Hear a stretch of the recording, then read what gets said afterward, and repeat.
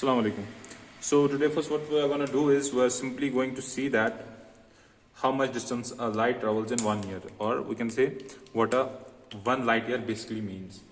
So we know that if we talk about the speed of light, it's equal to 3 multiplied by 10 raised power 8 meters per second. So light travels 3 into 10 raised power 8 meters in every second.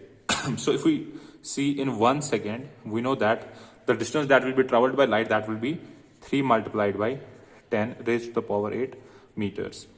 Now, if we have to see how much distance the light travels in 1 minute, so we know that 1 minute is basically equal to 60 seconds, or we can say 1 minute. So that will be equal to 60 multiplied by 3 into 10 raised power 8 meters. So this will be the distance that will be traveled by light in 1 minute basically. Now, if we talk about 1 hour, we know that that will be 60 minutes, or we can say 1 hour basically. So that will be 60 multiplied by 60 into 3 into 10 raised to the power 8 meters.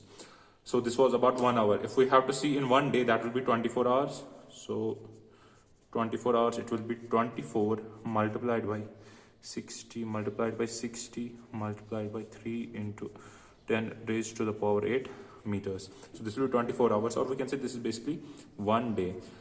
If we have to see how much distance a light basically travels in 1 year, we know that 1 year there are almost 365 days. So in place of 1 day, I'll write 365 days. So that will be equal to 365 multiplied by 24 multiplied by 60 multiplied by 3 into 10 raised power 8 meters. So this will be the distance that will be traveled by the light in 365 days, or we can say in 1 year. So if we calculate this basically comes out equal to 9.46 into 10 raised power 15 meters, or we can say it's basically equal to 9.46 into 10 raised power 12 kilometers.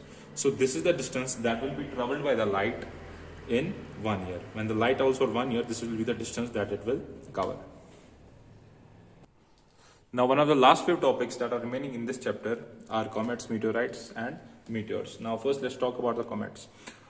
The comets are basically the heavenly bodies that also revolve around the sun. But there's one speciality in them, that they revolve in the highly elliptical orbit. So if this is your sun and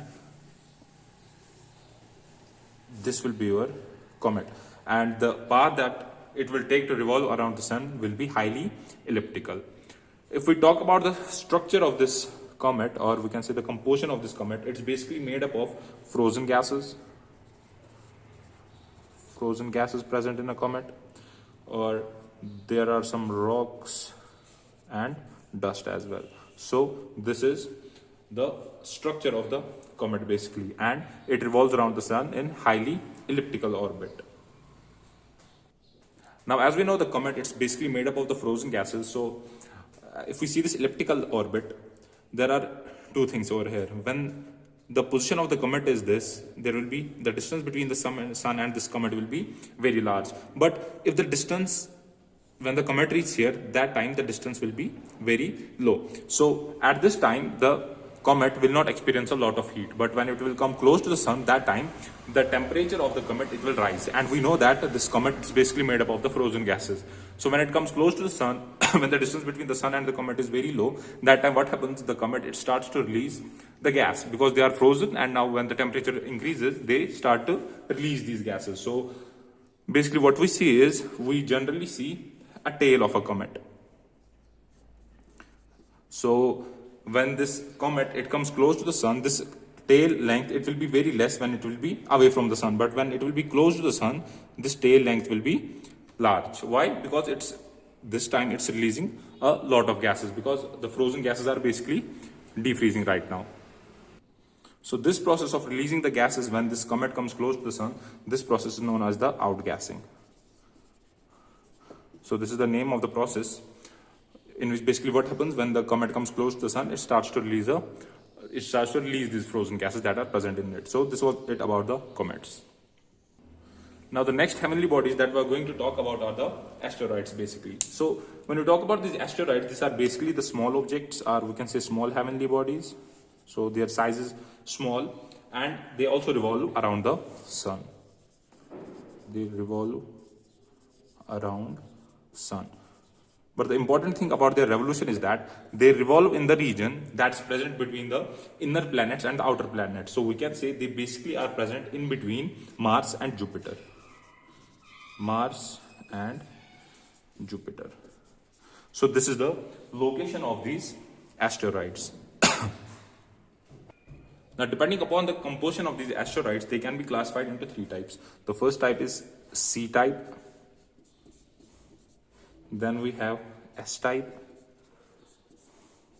And the last one is M-type. If we talk about the C-type, so these asteroids that are C-type, they are basically made up of clay. If we talk about the S-type, they are basically made up of stones or rocks. Stones or rocks. And finally, if we talk about the M-type, so obviously they are made up of metals. So this was it about the asteroids. So these are basically the small objects that revolve around the sun in the region between Mars and Jupiter. So that is the space that is provided between the inner planets and the outer planets, and they can be of three types depending upon their composition. The next heavenly body that we're going to talk about are the meteors and the meteorites. So these meteors and meteorites, they are basically present outside of the Earth's atmosphere, and because of the gravity pull of the Earth, they come towards the Earth.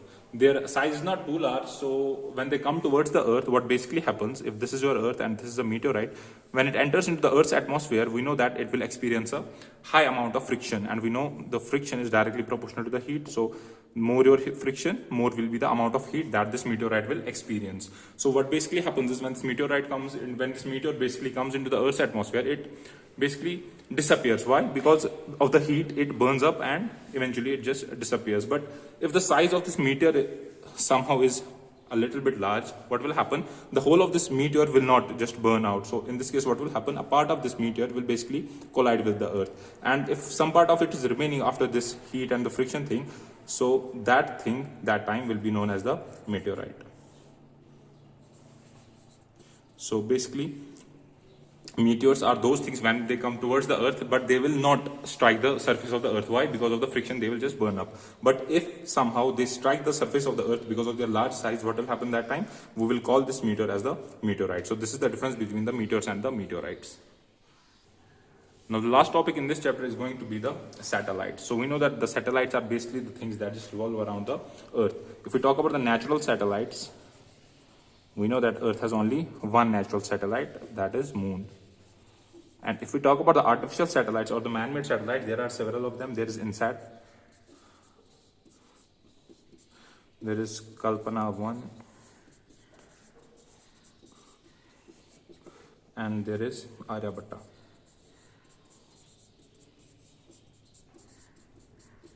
So these are some of the artificial satellite, and this one is the natural satellite. So basically what satellites are, they are the heavenly bodies or the natural or the artificial bodies that basically revolve around the planet. So this was it about this chapter.